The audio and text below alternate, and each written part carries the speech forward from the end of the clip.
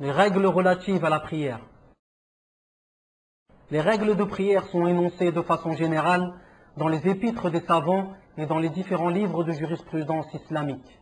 Les savants ont dit qu'il est interdit au prieur d'interrompre son intention durant la prière. Et si le prieur a eu pour intention de couper sa prière, alors sa prière est interrompue. Il lui est obligatoire de l'accomplir de nouveau. Et celui qui a entamé une prière dite surérogatoire, il ne lui est pas permis de modifier l'intention de cette prière de surérogatoire à obligatoire.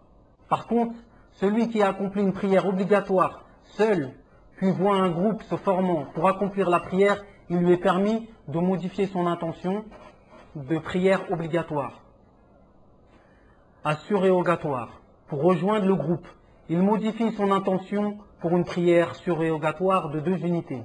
Il salue le salut final et rejoint le groupe pour prier avec eux. En ce qui concerne la récitation de la sourate Al-Fatiha, les savants ont dit qu'elle est obligatoire pour le prieur, même celui priant derrière l'imam alors que l'imam prie une prière à voix haute.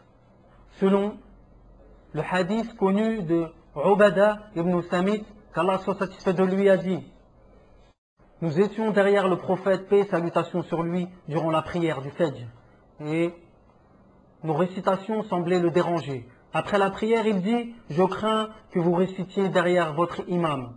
Ils répondirent: oui, ô messager d'Allah. Il dit alors: ne faites cela que pour la Fatiha, car celui qui ne récite pas verra sa prière annulée. Après la Fatiha, il est parmi la sunna de dire Amin, qu'il prie seul, ou en groupe, ou imam. Le prophète, paix et salutations sur lui, a dit: si l'imam dit Amin, dites Amin, car si la parole de l'un d'entre vous est prononcée en même temps que celle des anges, il lui sera pardonné tous ses péchés passés. Il ne suffit pas pour la récitation du Coran, des invocations et autres paroles liées à la prière de la prononcer avec le cœur. Il est obligatoire de prononcer avec la langue et le minimum est de bouger la langue et les lèvres sans son. Les savants ont énoncé la condition que 7 membres doivent toucher le sol, selon la parole du prophète, paix et salutations sur lui. Lorsque le serviteur se prosterne, ses 7 membres se prosternent avec lui, son visage, ses 2 mains, ses 2 genoux, ses 2 pieds. Et durant le tashaoud, il est préférable de tendre son index, selon le hadith de Ibn Hujr, qu'Allah soit satisfait de lui, lorsqu'il décrit le tashaoud du prophète. Il a ensuite tendu son index, je l'ai vu bouger son index, en fonction de ses invocations. Il est obligatoire d'accomplir tous les piliers de la prière avec quiétude. Sans quiétude, la prière est nulle. Abu Huraira dit dans un hadith: un homme entra dans la mosquée et pria, puis a salué le prophète, que la prière d'Allah et son salut soient sur lui. Le prophète lui a dit: retourne et prie, car certes tu n'as pas prié. Alors il retourna et pria, puis il revint et passa le salam. Le prophète, que la prière d'Allah et son salut soient sur lui, lui a dit: alayka salam, retourne et prie, car certes tu n'as pas prié.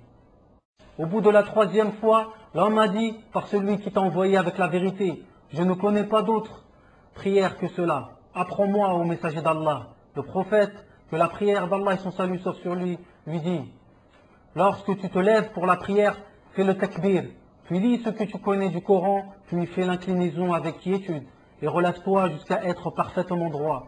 Et prosterne-toi avec quiétude, et relève-toi de cette prosternation jusqu'à être assis, le dos droit, et fais cela dans toute la prière.